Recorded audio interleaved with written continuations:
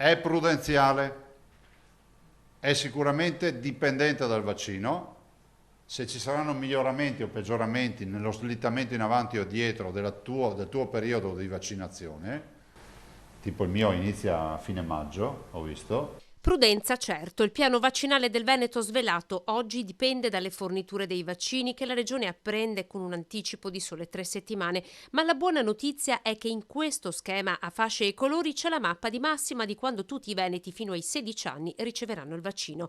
9 maggio, entro questa data la regione conta di completare la categoria 70-79 con Pfizer, AstraZeneca e Moderna. Dal 3 maggio al 6 giugno sarà la volta della fascia 60-69 con la prima dose.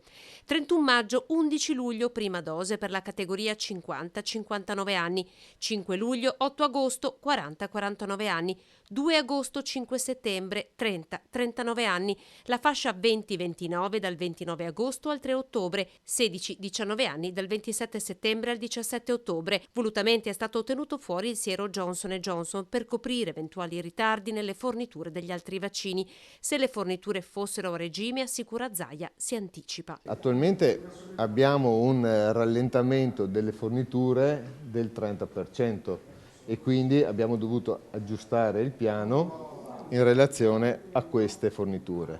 Adesso iniziamo ad avere un outlook certo di 3 settimane e due fornitori, Pfizer e Moderna, iniziano ad essere più regolari. Poi lo leggo anche dalla stampa, dovrebbe entrare anche CureVac. Il piano distribuisce sulla popolazione veneta la quantità di vaccini prevista dal calendario nazionale.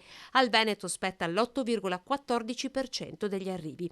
Sia l'ingegnere Fattori, autore del piano Veneto, che il presidente Zaia si dicono convinti che si possa giocare d'anticipo.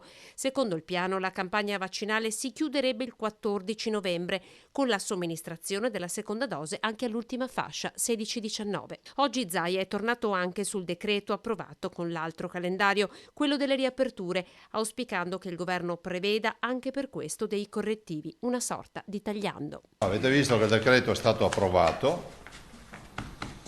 Insomma, la speranza è l'ultima a morire, spero che sia oggetto di un tagliando.